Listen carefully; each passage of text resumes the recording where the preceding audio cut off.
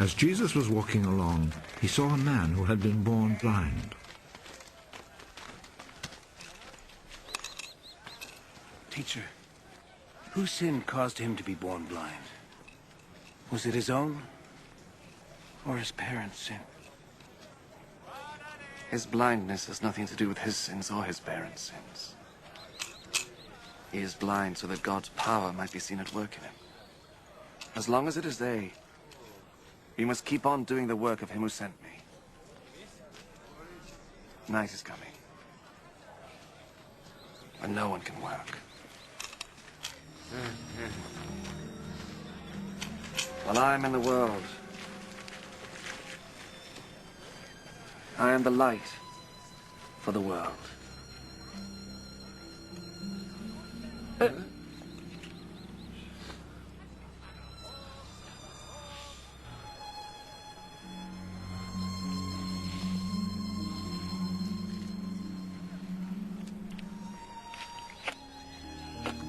After he said this, Jesus spat on the ground and made some mud with the spittle.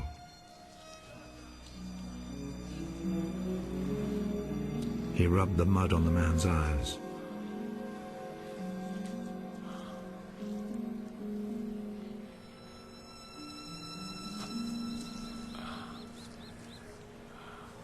Go and wash your face in the pool of Siloam.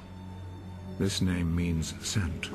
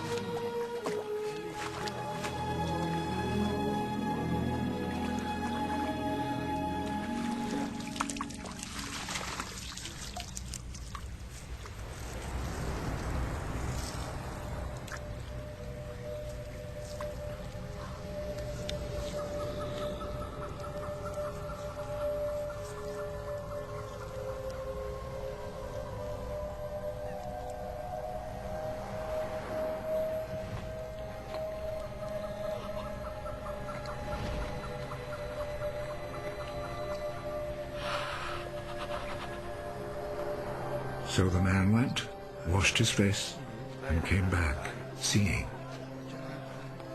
His neighbors then, and the people who had seen him begging before this, asked, "Isn't this the man who used to sit and beg?" He's the one. No, he isn't. He just looks like him. I am the man.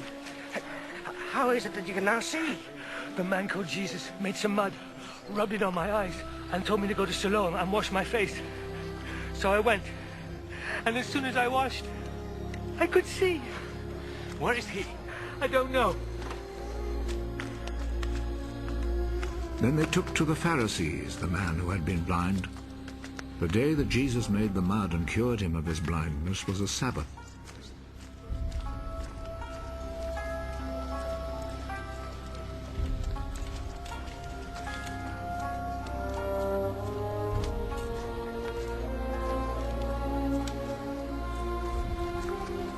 The Pharisees then asked the man again how he had received his sight. He put some mud on my eyes. I washed my face, and now I can see. The man who did this cannot be from God, for he does not obey the Sabbath law. How could a man who is a sinner perform such miracles as these? And there was division among them. You say he cured you of your blindness. Well, what do you say about him? He is a prophet. The Jewish authorities, however, were not willing to believe that he had been blind and could now see, until they called his parents. Is this your son? You say that he was born blind. How is it then that he can now see? We know that he is our son, and we know that he was born blind. But we don't know how it is that he is now able to see, nor do we know who cured him of his blindness. Ask him. He is old enough and he can answer for himself. His parents said this because they were afraid of the Jewish authorities, who had already agreed that anyone who said he believed that Jesus was the Messiah would be expelled from the synagogue. That is why his parents said, "He is old enough, ask him." A second time, they called back the man who had been born blind. Promise before God that you will tell the truth. We know that this man who cured you is a sinner. I do not know if he is a sinner or not. One thing I do know. I was blind. And now I see.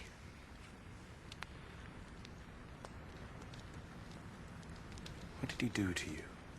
How did he cure you of your blindness? I have already told you and you would not listen.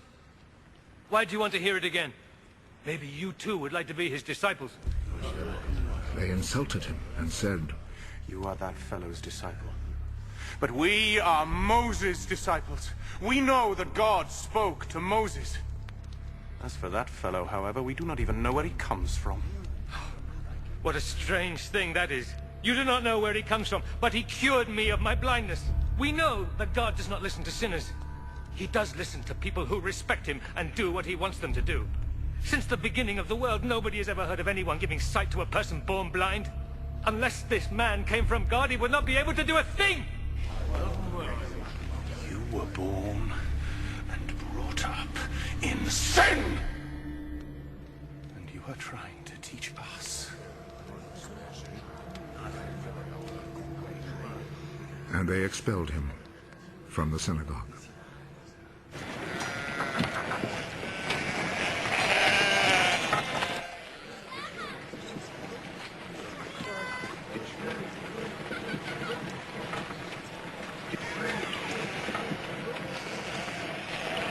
When Jesus heard what had happened, he found the man. Do you believe in the Son of Man? Tell me who he is, sir, so that I can believe in him. You have already seen him. And he is the one who is talking with you now.